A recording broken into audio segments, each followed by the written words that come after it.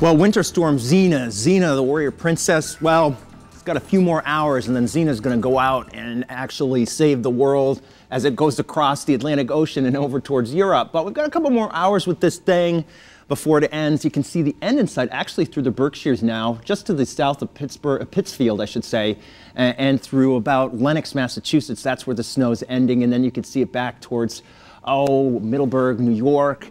And then over towards Port Jervis, it's about to stop snowing there.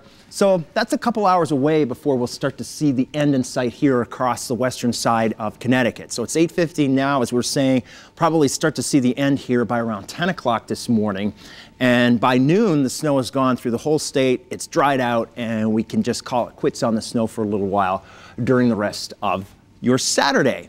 So Saturday afternoon is dry. Tonight, we might see a few snow showers because of this, although I'm not too concerned about this. I think most of this actually goes to our north, and it's actually supposed to dissipate some as it does so. But then after that, we'll be watching a new feed of moisture off the Gulf of Mexico, more energy coming in from the west. That'll coalesce into another storm. Late Sunday into Monday, we're at it again, and that one actually might have more teeth. And be a lot more like Xena, the warrior princess you really remember, because it might bring more snow and more havoc actually to our neck of the woods. Let's go full screen to the early warning pinpoint Doppler. We'll show you it's still snowing, especially across southern and eastern parts of the state. That's where the highest intensity snow has been consistently seen this morning. That's where we're probably going to come in with the higher snow totals when all is said and done here.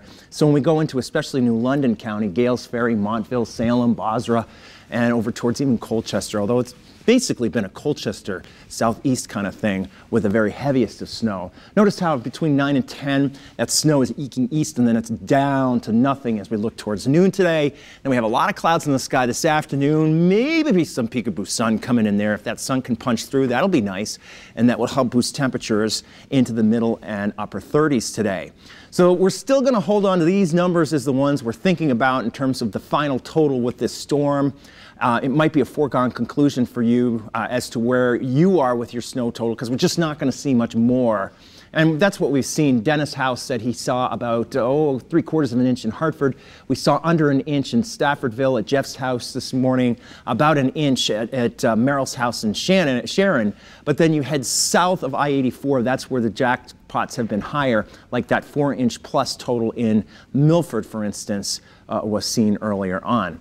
So our iCams have been showing the snowy tail here. Here is West Hartford at Blueback Square. The roads have gotten a little bit sugary here. Same thing as we look towards Waterbury. I'd take it easy on that street as you're going down the hill. And here's Norwich, seeing quite a bit of those big flakes flying from the sky as we've seen that snow. And our weather watchers are saying temperatures are pretty close to that 30-degree mark, which means it's a stickier snow. You can see even 31 in New Haven.